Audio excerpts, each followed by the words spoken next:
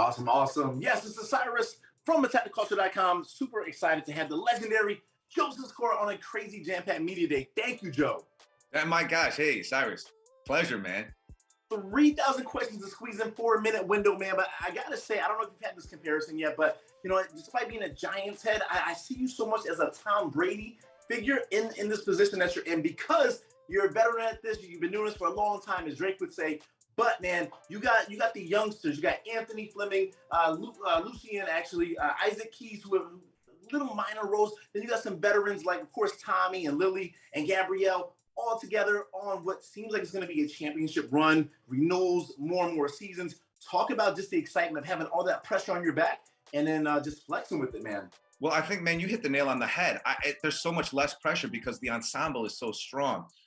Everybody's incredible. Chris Lofton is an amazing actor as Jannard Sampson. Of course, Isaac Keys, who you also mentioned. But we have some Chicago veteran theater actors who are amazing in the show, too. Guy Van Sweringen, who plays Paulie Pierogi. Anthony Fleming III, as you mentioned as well, playing J.P. Gibbs. So we have a really tight ensemble. So that takes a lot of the pressure off, and it gives me a chance to just play. No, absolutely, man. And I got to ask you, who has impressed you the most? Now, I know you're like the father figure and you love everyone, but with so much raw new talent out there, has it been some of the veterans, some of the newbies? Anthony's a close friend of yours, getting him that super big spotlight. Who's kind of blowing you away a little bit? Yo, man, you did your research, and I really appreciate that. You know who blew me away? I'm gonna give you two actors, one old head and one young boy.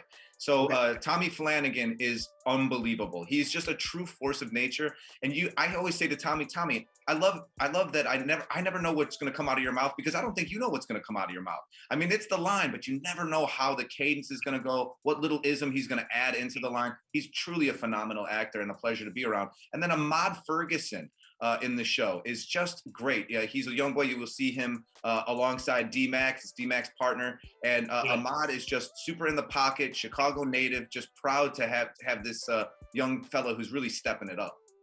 So, and just one more thing I really want to throw at you, Joe, is that, being there from the beginning, everyone that I talked to, I asked them, what was your intro to Power? Some people were there from the beginning, some were like third season, but for you being there since day one to see this evolution, some people thought, oh, wow, after 6 seasons, it's over. But these spinoffs have been not only just successful, amazingly embraced, man, from social media to just the diehard fans.